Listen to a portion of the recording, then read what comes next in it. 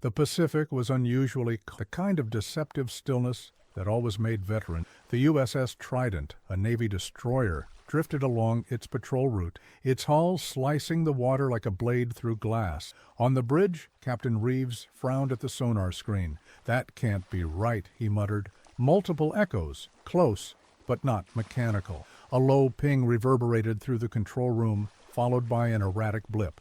The tech adjusted the filters. "Sir, that's biological, large.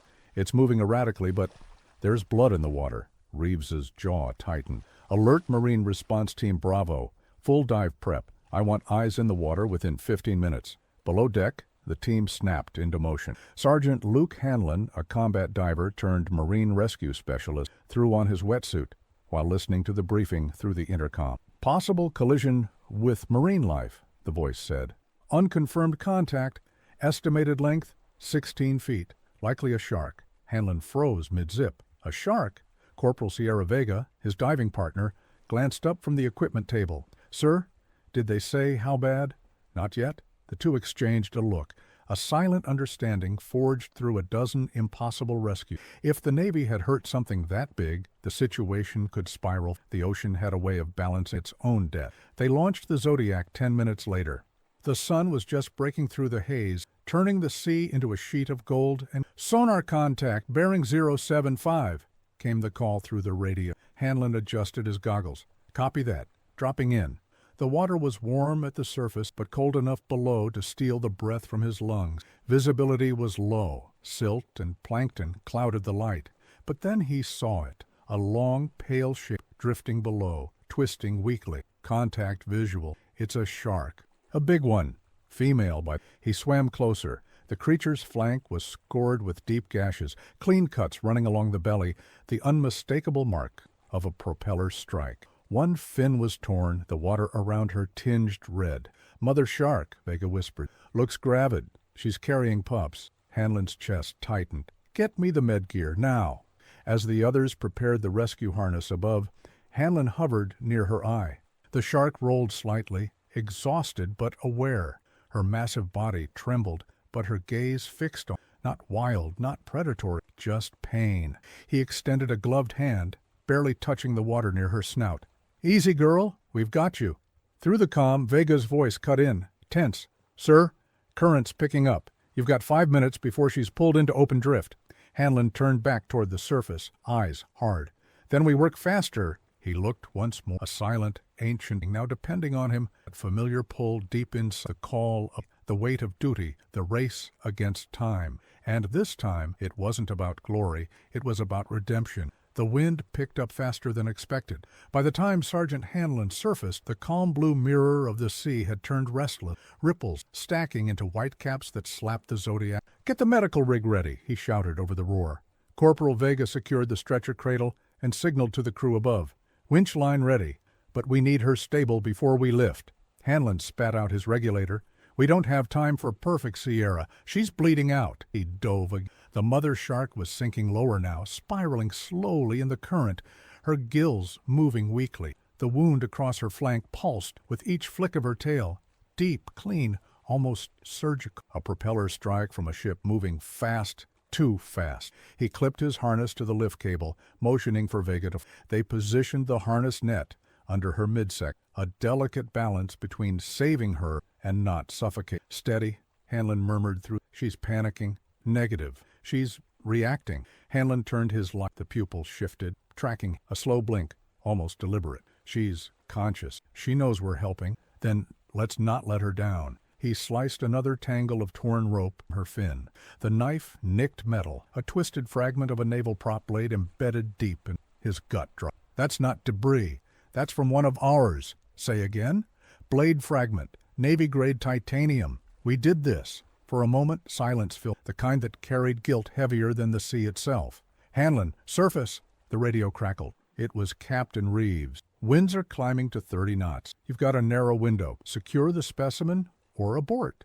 Hanlon ignored him. "Abort's not an option." He pressed a gloved hand against the wound, the shark trembling beneath. "I know, girl. We've done enough damage. Let's fix it." He motioned for Vega to activate the lift. The cable tightened. The net drew around the shark's body, holding her gently as the winch pulled her upward. "Steady!" Hanlon, she's moving, the shark thrashed suddenly, her body twisting in panic. A surge of bubbles erupted around them. The force nearly tore Hanlon's grip loose. Vega grabbed his arm. "Hold on!" she yelled. For an instant, the world went white with foam and sound. The shark stopped fighting. She floated motionless, her tail limp, breath weak but steady. Vitals dropping. If we don't close that wound, she'll bleed out before we reach the med deck. Hanlon looked toward the surface where waves battered the Zodiac like fists. Then we treat her here. Here? In the open sea? He nodded grimly. We started this in the water. We finish it in the water. Above them, thunder cracked. Rain fell hard, turning the ocean silver. They strapped portable med packs to the side of the cradle, injecting antibiotics and clotting serum directly into the wound. The shark flinched once, then went still again. Her massive body shuddered, breath deepening. Vega exhaled, shaking. She's responding, heart rate stabilizing. Hanlon allowed himself a brief smile. Good. Let's bring her home. As the cable began lifting her toward the surface, the clouds shifted. A beam of sunlight broke through the gray, hitting the shark's body like a spotlight. Scars, strength, and survival reflected in gold. Hanlon looked up through the rain, his face wet, his voice low. "You're not dying today?" Then something caught his eye. A shadow moving beneath them, massive, slow. "Vega, we've got company." "Company?" The sonar on the Zodiac pinged. One long, echoing tone. "Multiple returns," the operator called. "Big ones, moving fast." Hanlon's pulse spiked. "Those aren't sharks?" Lightning flashed. For a heartbeat he saw it, the shape gliding beneath the cradle, larger than any submarine, silent as the deep. The radio hissed. "Hanlon, what's your status?" He stared into the dark water. "Not sure yet, sir, but I think the ocean just woke up." The rain hammered the surface of the sea like 1,000 small explosions. Thunder rolled so close it rattled the hull of the Zodiac. The ocean was alive, breathing, moving, whispering warnings in its ancient tongue. "Talk to me, sonar," Hanlon ordered, trying to steady his voice. The comms crackled with static. Then came the operator's trembling reply. "Sir, I'm reading at least 4 large contacts, maybe more. Depth fluctuating between 60 and 120 feet. They're circling you." Vega's knuckles whitened around the rail. "Circling?" "Affirmative. They're fast, really fast." Hanlon peered into the water. Below, the world turned black-green, alive with shifting currents and glimmers of... He saw movement, faint silhouettes gliding in slow arcs beneath the wounded shark suspended in the cradle. Could be other sharks, scavengers. Hanlon, too coordinated. "Look at the pattern. They're keeping distance." He raised his voice. "Get that shark higher. We're not letting her become bait." The winch groaned as the cable pulled. The injured shark lifted another meter toward the surface, blood still trailing in a long, ghostly ribbon below her. Then something moved. A blur of muscle and mass flashed beneath the cradle, brushing against the net. The entire Zodiac tilted. "Hold her steady." "Everyone stay put." The creature passed beneath them again, slower this time, and for the first time, Hanlon saw it clearly through the murk. A dorsal ridge, thick scars, a head broad and ancient. "Reeves," he whispered into the radio. "It's not another shark." "What is it?" Hanlon exhaled. "It's a whale." Static filled the channel. "Say again?" "A humpback. At least 2 of them, maybe 3. They're..." He paused, watching as the shapes began to circle the mother shark, their movements almost protective, deliberate. "They're forming a perimeter." Vega blinked water from her eyes. "They're guarding her?" Hanlon nodded slowly. "Looks that way." The scene defied everything he'd been trained to expect. Predator and prey had no place here. Only survival, only connection. The whales rose slightly, releasing columns of air through their blowholes that boomed like drums through the storm. It was as if the ocean itself had called reinforcements. "Sir," Vega murmured, cracking, "I think they came because of her." Hanlon swallowed hard. "Then we're not alone in this." The radio flared to life again. Captain Reeves's voice, sharp and urgent. "Hanlon? Radar shows the weather front's shifting east. You've got maybe 20 minutes before you're swallowed by another wall of rain. Get that animal on board, or you'll both go under." "Understood," Hanlon said. "But, sir, you should see this." "See what?" He glanced back at the water where the whales now swam in perfect rhythm, surrounding the cradle in slow, steady circles. Their size dwarfed the boat, but there was no threat in their movement. only purpose. They're helping us, Hanlon said. Lightning cracked overhead, blinding white. For an instant, the entire ocean turned to silver, and in that light, Hanlon saw the shark suspended between the waves, the whales circling like sentinels, and the Marines standing helpless before some. Then the thunder hit. Reality came roaring back. Vega, lock the cradle. We're lifting her together. Together with what? With the ocean. The winch howled as the mother shark finally breached the surface, her body glistening under the rain. The whales released one last thunderous breath before slipping beneath the waves, disappearing as quietly. The Marines stared after the speechless. Hanlon wiped the water from a faint smile being through the. But I think the sea just gave us permission. The sea turned white with wind. The USS Trident loomed less than half a mile away, but the distance felt infinite, the storm between them a wall of fury and time. Hanlon, get her up now, Captain Reeves's voice roared through them, distorted by interference. You've got 15 minutes before the pressure drop and the current split the winch line. Hanlon clung to the rail as another wave slammed the Zodiac sideways. Water flooded the decks around their boots. She's almost secure, he yelled back.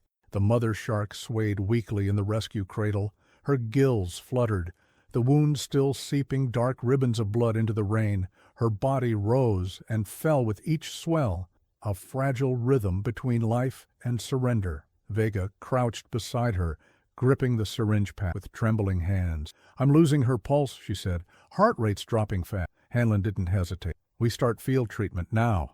She looked at him in disbelief. We're in the middle of the ocean. I said now. He ripped open the med case and pulled out a canister of hyperoxygenated saline. The fluid shimmered silver in the low light. She's losing red blood volume. We boost her oxygen, or she'll suffocate before she even reaches the med bay. Vega's voice trembled. Sir, that serum's experimental. It's meant for mammals. Hanlon met her eyes. She's close enough. The rain pounded harder, washing salt and blood into one indistinguishable mixture. They worked in silence. Hanlon stabilizing the cradle, Vega pushing the serum through a tube inserted just behind the gill slit. For a moment, nothing. Then a shiver. The shark's body twitched, tail muscles flexing once, twice. Her breathing deepened. She's responding, Vega cried. It's working! Before they could celebrate, a violent surge hit from below. The cable jerked. Metal screamed. Cable strain overload, Harris shouted from the console. If we don't cut tension, we'll lose the line. And her with it. Hanlon glanced toward the sea, the waves boiling now, thunder cracking like artillery. If we drop her, she's gone. Sir, it's that or the winch. Hanlon took a breath. Then we hold. He gripped the line, the thick rope biting into his palms through soaked gloves.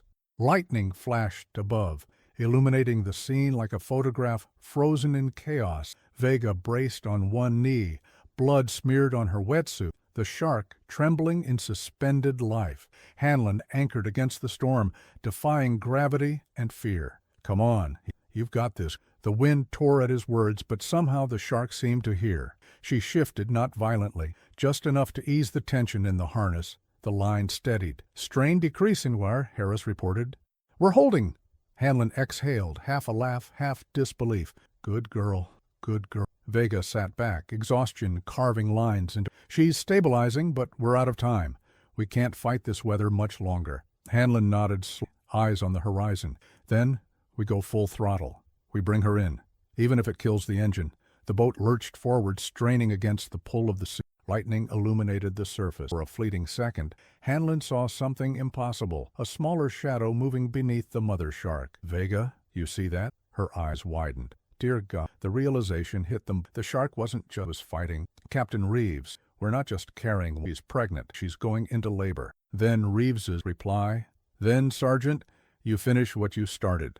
Hanlon's grip tightened on the rail as rain blurred the world around him. He looked down at the creature that had nearly died beneath his ship's propeller, now fighting to bring new life into the same ocean that had almost taken hers. The sky cracked open with thunder as the storm's eye passed over them, violent, vast, almost divine. Vega, if this is the edge of survival. He looked toward the sea where the mother shark's tail began to twitch again, stronger this time. Then we hold the line until she crosses it. The wind howled like a living thing. The sea boiled around the Zodiac, the rain no longer falling, but cutting, slicing across faces and metal with the sharpness of glass. The mother shark twisted in the cradle, her body convulsing, the line creaking under her weight. "Heart rate rising," Vega shouted through the comms, her voice almost lost in the thunder. Hanlon gripped the rail, water streaming from his hair. "That's not distress, that's labor. Sir, she's not going to survive the strain. She doesn't have a choice. Neither do we." Lightning cracked across the sky, splitting the storm in two. For a heartbeat, the ocean turned to molten silver, and in that frozen instant, Hanlon saw the full size of a titan of muscle and instinct, trembling not in fear but in defiance of death itself. The cradle shook violently. Vega fell to one knee, catching herself with one hand on the harness. She's fighting the current. The pressure's too low for birth. Hanlon looked at the depth gauge. Then we lower her. What? We drop to 10 meters. Stabilize the pressure manually. That's suicide. The storm's eating the upper current. He didn't let her finish. You heard me. 10 meters. The winch screeched, water swallowing. The roar of the storm faded above, replaced by the low, thunderous hum of the deep. Underwater, everything changed. The chaos above was replaced by rhythm, slow, heavy, like the heartbeat of the planet itself. The shark moved again, her belly contracting. The water around her shimmered with trails of blood and light. Vega's voice came through the comm, shaking. "Sir, I can see movement inside her. The pups, they're ready." Hanlon steadied himself, one hand on the rail, one eye on the miracle unfolding before him. The mother arched, once, twice, and then her body released. Tiny shapes spilled into the water, fragile, perfect, alive. 6 small sharks, each no longer than a man's arm, spinning and darting instinctively toward the light. Vega's breath caught. They're swimming." Hanlon felt the pressure in his chest break. She did it. She actually did it. The mother shark hovered weakly, the blood cloud dispersing. Her body trembled, spent, but her eyes remained open, watching the newborns circle her, touching her with gentle snouts before darting into the safety of her shadow. Vega's tears floated inside her mask. This shouldn't even be possible in these conditions. Hanlon smiled faintly. She didn't read the manual. The comms flared to Captain Reeves again. "Hanlon, the storm's moving back over you. Get out of there now." "Copy that. Lift the cradle. We're bringing her up."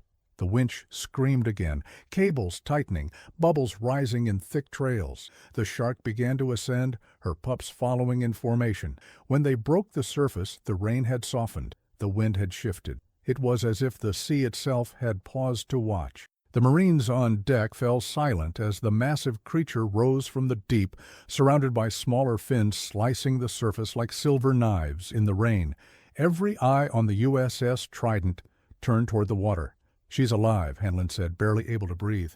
"And she's not alone." A long plume of air, gills flaring in rhythm with the oceans. Lightning flashed behind her, not as a threat, but as a halo. Vega lowered her hands, trembling. "Sir, I think she's saying goodbye." Hanlon shook his head, eyes glistening. "No, she's saying thank you." As if on cue, the shark turned her head toward the boat, her black eye reflecting the golden flare of the ship's light.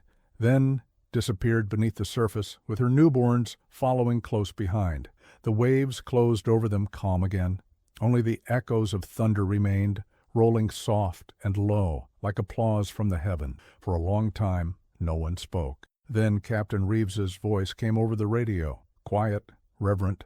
"Hanlon, you and your team just gave life back to the sea." Hanlon looked out over the horizon, where dawn began to burn through the last shreds of storm. "Maybe, but I think the sea gave it back to us first." The storm was gone. By the next morning the Pacific stretched flat and endless, the kind of calm that feels earned. The USS Trident floated in a sea of gold, bathed in sunrise. The air smelled of salt, steel, and new beginnings. Hanlon stood on the observation deck, his uniform still damp, the salt crystallized on his sleeves. Below, crew members moved quietly, checking cables, replacing panels, repairing damage left by the storm, but none of them spoke above a whisper. It wasn't silence from exhaustion, it was reverence. Vega joined him, a cup of bitter Navy coffee in her hands. "Feels like we were gone for a month," she said. Hanlon nodded slowly. "Feels like we saw something we weren't or maybe something we needed to." From the bow, a young sailor pointed toward the horizon. "Sir, contact, 200 yards off starboard." Hanlon lifted his binoculars. His breath caught. 3 fins, then 5. The pod moved gracefully alongside the ship, the mother shark in the center, flanked by her pups, their smaller fins cutting through the water in perfect formation. They glided close enough for the sunlight to a shimmer of silver scars, healed and strong. "She found us," Vega whispered. Hanlon didn't speak. He simply lowered his cap, a gesture of respect older than any flight. The shark slowed, swimming parallel to the destroyer's massive hull. Every so often one of the pups broke the surface, twisting playfully in the air before returning to the deep. The mother turned her head just enough for her dark, unblinking eye to meet his once more. In that gaze, Hanlon felt something stir that had nothing to do with science or orders. It was recognition, a quiet, unspoken understanding between two creatures who had both survived the storm. "Sir," the radio crackled from, "Marine Command requests a full incident report on the rescue. Media already picked it up. It's everywhere." Vega laughed. "We're famous, apparently." Hanlon shook his head. "No, she's famous. We're just the witness." By noon, the story had spread beyond the military. Drone footage from the ship's cameras had been leaked. Images of the mother shark being lifted through the rain, of Marines fighting waves and lightning. News anchors spoke of the storm miracle. Marine biologists called it proof of interspecies cooperation. But for those who were there, words didn't. That evening, after the ship docked at San Diego, a small crowd had already gathered on the pier. Scientists, civilians, reporters. Hanlon and his team walked past them in silence, their uniforms soaked with salt, their eyes distant. A little girl broke through the line, holding a toy shark in her hands. "Sir," she said shyly, "is it true you saved the mommy shark and her babies?" Hanlon knelt, smiling softly. "No, sweetheart, she saved us." The girl tilted her head. "From what?" He paused toward the horizon. "The vast, living, from forgetting what we're part of." That night, Vega sat beside him on the dock. The city lights danced on the surface of the water, but Hanlon was staring deeper into the black, where life never stopped.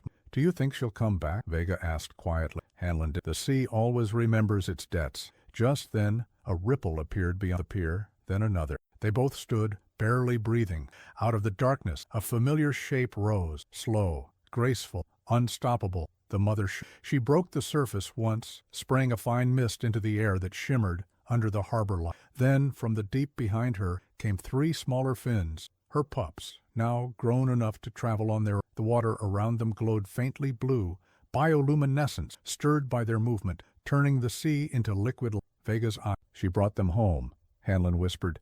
"No, she brought herself home." The shark circled once, then dove, disappearing into the glow she left behind. The ripples spread across the surface, silent, infinite, eternal. Hanlon watched until they faded. Then, softly, he said the only words that fit. "Echoes of the deep never die. They just find new waves to travel." The video of the storm rescue had gone viral. By the end of the week, it was everywhere. Scientific panels to news feed to command briefing. A Navy drone had captured the moment the mother shark surfaced beside the Marines, framed by that single image. Rain, blood, and grace became a symbol of something far larger than any of them. But Hanlon hated attention. He watched the world react from the back of the briefing room while others spoke his name.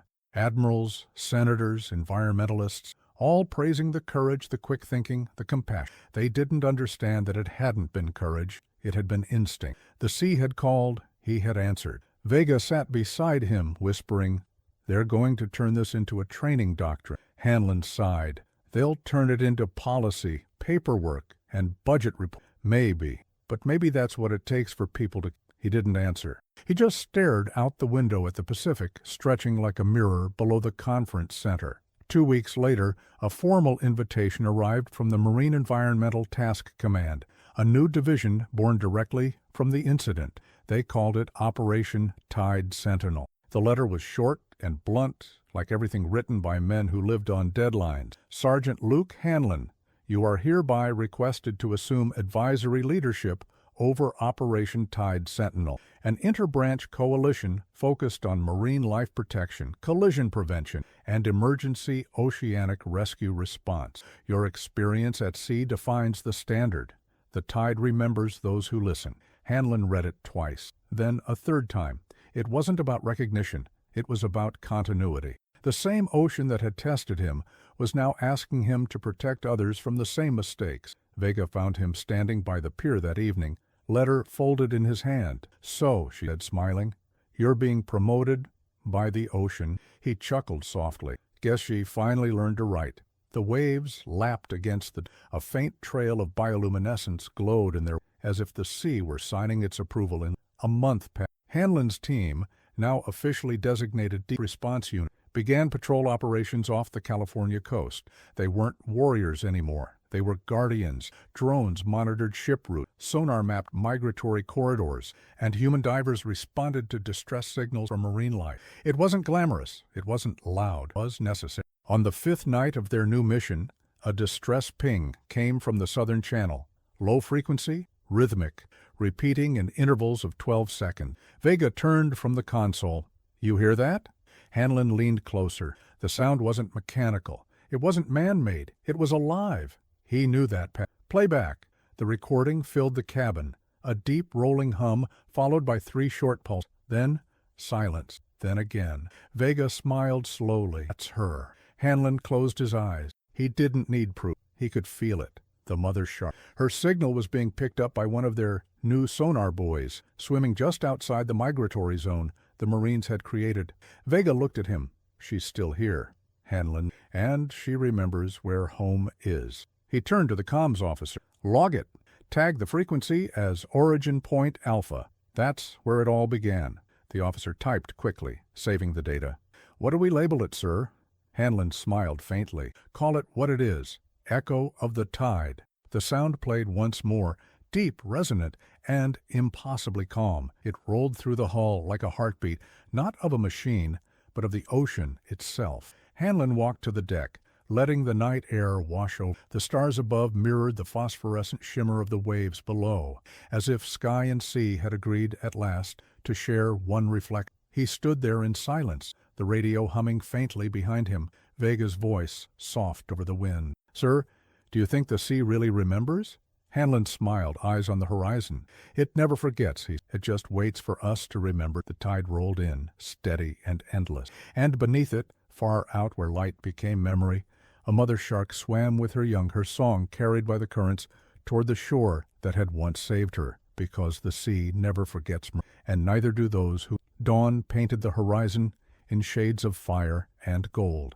The USS Horizon, flagship of Operation Tide Sentinel, cut through calm waters like a blade of light. Beneath its hull, the ocean thrummed with quiet power, alive, endless, aware. Hanlon stood on deck, hands resting on the rail, his reflection trembling in the waves below.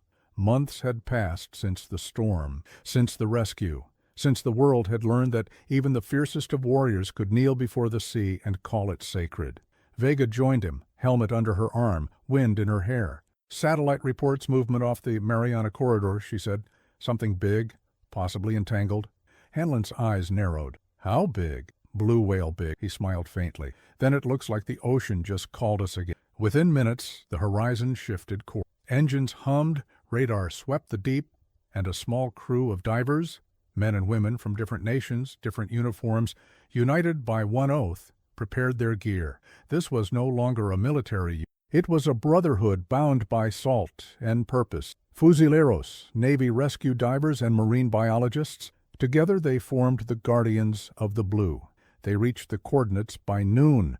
The water was eerily still, sunlight piercing it like shards of glass. Sonar contact confirmed through the comm. One whale, slow movement, no aggression. Hanlon adjusted his mask. "Let's go meet her." They dove as one, a dozen silhouettes slicing into the blue. The water closed around them with the silence of a cathedral. Then they saw it. The whale was massive, ancient, her body scarred by decades of encounters with propellers, nets, and harpoons. A thick cable wrapped around her tail, tethering her to the wreckage of an old, poor girl. "She's been carrying this for years." Hanlon approached slowly, deliberate. The whale's enormous eye rolled toward him, dark, endless, reflecting not fear, but exhaustion. He reached out, resting a gloved hand gently on her flank. "Easy now. We're here to set you." His team went to work, cutting, unwinding, steadying, Each slice of the blade felt like a prayer. As the last coil of metal fell away, the whale stirred. A low, thunderous sound vibrated through the water, a song so deep it shook the diver's chest. "She's singing," Vega said, voice trembling. Hanlon smiled behind. "She's saying, thank you." The whale ascended slowly, her massive body shimmering with light as she broke through the surface. When she exhaled, the air exploded into a column of mist that the sun, a radiant rainbow blooming over the Pacific. The crew on deck erupted in cheers, but Hanlon just floated below, watching the spectacle through his mask, his breath steady, his heart full. In that moment, he saw movement in the distance, 6 smaller shadows gliding through the light. He recognized their pattern instantly. "The pups," Vega whispered through the comm. "It's them." The mother shark and her offspring swam alongside the whale, weaving in perfect rhythm, predator and giant, protector and survivor, bound by invisible threads of trust. The sight stole his breath. It was as if the ocean itself had assembled a choir, the whale's song above, the sharks circling below, and the sunlight filtering through it all like a benediction. That evening, as the horizon drifted quietly toward home, Hanlon stood alone on deck. The air was warm, calm, and full of the scent of salt and memory. He closed his eyes and listened. Far below, the whale sang once more, her voice rising from the depths, carried by the tide. It wasn't sorrow, it wasn't warning, it was gratitude. Hanlon whispered back, as if the sea could hear, "Message received, old friend?" Vega stepped beside him, arms crossed, watching the horizon fade into violet. "So, what do we call this one?" she asked. Hanlon thought for a moment. Then he smiled softly. "Call it what it is, a promise." "A promise?" He nodded. "That as long as there are hands willing to help and hearts willing to listen, the ocean will never be alone again." The tide rose gently, brushing the hull like a heartbeat. Above them, gulls called. Below, the deep sang back. The world, for once, felt whole. Weeks later, a beacon recorded a faint, rhythmic sound off the same corridor. The overlapping frequencies of a whale and a pod of sharks, harmonizing as one. Marine scientists called it the echo of the Guardians. But to Hanlon, it was simpler than that. It was proof that mercy travels farther than sound, that sometimes the bravest battles are fought not with weapons, but with compassion, because the ocean never forgets kindness, and neither do those who choose to answer its call.